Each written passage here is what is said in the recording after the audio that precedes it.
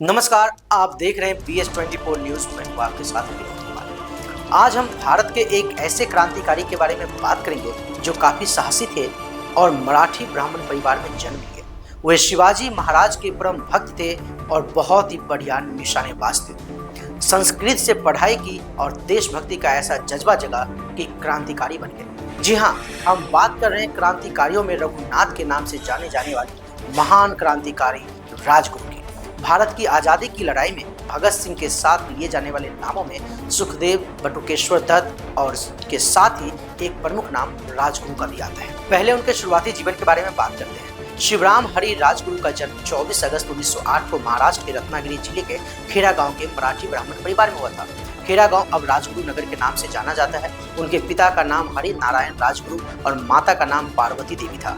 केवल 6 साल की आयु में ही उनके पिता का देहांत हो गया था। उनका पालन पोषण उनकी मां और उनके बड़े भाई ने किया। राजगुरु की शुरुआती पढ़ाई गांव के ही मराठी स्कूल में हुई। आगे की पढ़ाई के लिए वे वाराणसी चले गए। वहां उन्होंने आगे की पढ़ाई के साथ ही संस्कृत भाषा का भी अध्ययन किया। केवल 15 साल की उम्र में ही उन्हें हिंदू धर्म के ग्रंथों का अच्छा खासा ज्ञान हो गया था। उन्होंने संस्कृत के शब्द शास्त्र, सिद्धांत, कौमुदी बहुत ही कम समय में याद कर लिया था।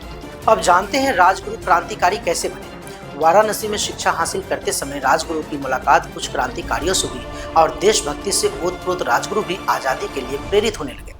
लेकिन जब उनकी मुलाकात पंडित चंद्रशेखर आजाद से हुई तो उनसे प्रभावित होकर उन्होंने क्रांतिकारी बनने का फैसला कर लिया। 1924 में हिंदुस्तान सोशलिस्ट रिपब्लिकन एसोसिएशन के सदस्य बन गए। क्रांतिकारियों के साथ मिलकर राजगुरु ने पंजाब और उत्तर प्रदेश के शहरों में लोगों को क्रांतिकारी बनने के लिए प्रेरित किया और जल्दी ही उनकी भगत सिंह से गहरी दोस्ती हो गई। 1928 में देश भर में जब साइमन कमीशन का विरोध हो रहा था तब कमीशन के बहिष्कार के प्रदर्शन के दौरान एक लाठीचार्ज में लाला लाजपत राय की मृत्यु हो गई। क्रांतिकारियों के मन में लाला जी के लिए बहुत ही ज्यादा सम्मान और लगाव था। लाला लाजपत राय की मौत का बदला लेने के लिए राजगुरु, भगत सिंह और चंद्रशेखर आजाद ने पुलिस अधीक्षक जेम्स ए स्कॉट की हत्या की योजना बनाई, जिसके आदेश पर हुए लाठीचार्ज में लाला जी की मौत हुई थी।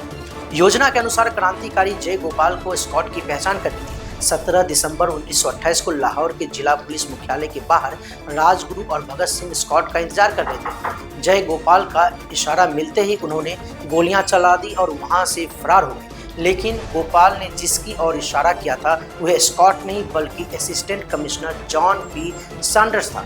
इस हमले में सबसे पहले गोली राजगुरु ने चलाई थी, फिर भगत सिंह और सुखदेव ने भी फायर की। भागते समय इन दोनों के लिए चंद्रशेखर आजाद ने कवर फायर किया था और जिस जवान ने उनका पीछा किया था उसे चंद्रशेखर आजाद ने गोली मार दी। जब पूरे लाहौर में पुलिस ने भगत सिंह और उनके साथियों को पकड़ने के लिए कड़ी चौकसी की तो भगत सिंह के साथ राजगुरु बहुत ही चतुराई से हावड़ा के ट्रेन में बैठकर लाहौर से निकलने में सफल हो गए। राजगुरु बनारस जाने के लिए लखनऊ उतर गए और फिर कुछ समय उत्तर प्रदेश में रहने के बाद पुलिस ने उन्हें पुणे से गिरफ्तार कर लिया। इसी षड्यंत्र में शामिल होने के आरोप में भगत सिंह और सुखदेव के साथ राजगुरु को 23 मार्च 1931 को फांसी की सजा दे दी गई। फिलहाल अब तक के लिए इतना ही। तमाम तरह की खबरों के लिए बने रहे BS24 न्यूज के साथ। धन्यवाद।